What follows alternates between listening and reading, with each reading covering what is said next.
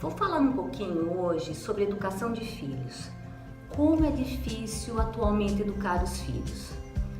Muitas vezes os pais ficam confusos se eles dão uma bronca, se eles dão um limite, quando isso pode ser colocado.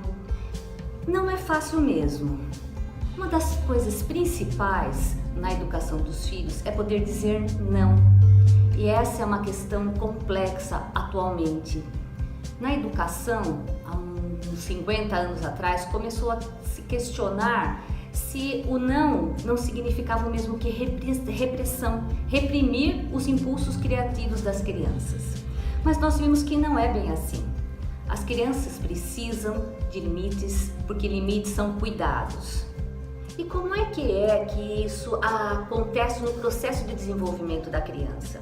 Quando a criança é muito pequenininha, um recém-nascido, ela não precisa de limites, porque ela só está se manifestando para que o adulto, a mãe, atenda às necessidades dela.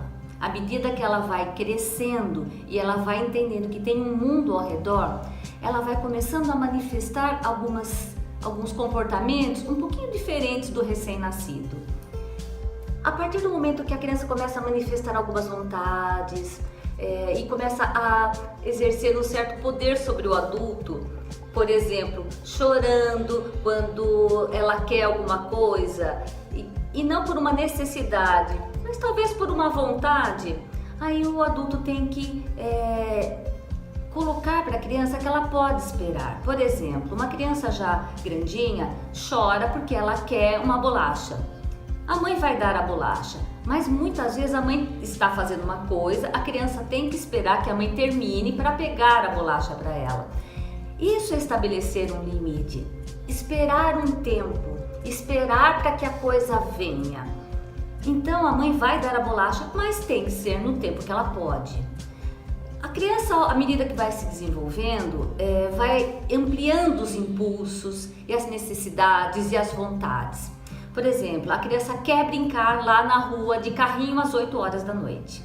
Coisas de antigamente, né? Porque hoje eles ficam no celular.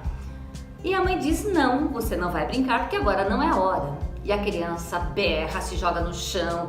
Bom, o que a mãe tem que fazer? Aguentar essa atitude da criança, esse comportamento, porque é a mãe quem sabe, com essa idade, o que é bom e importante para a criança.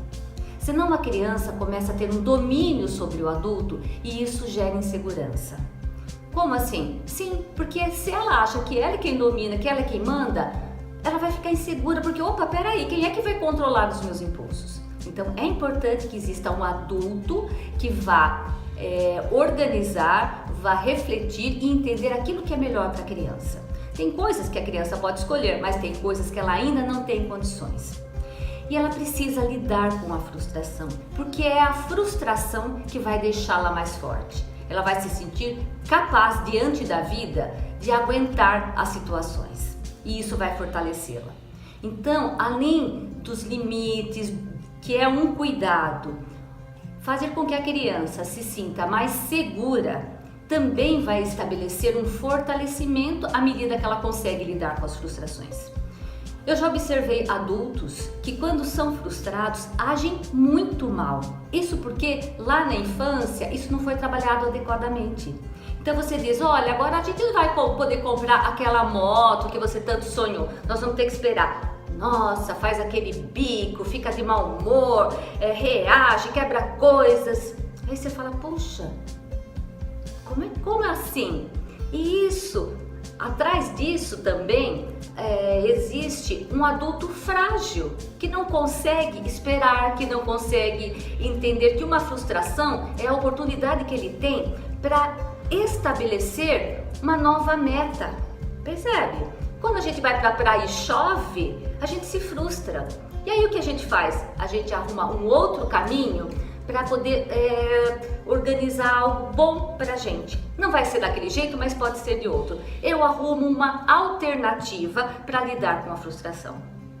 Se eu não passo por isso na infância, na idade adulta vai ser muito mais difícil. Esse é o meu recado de hoje para você.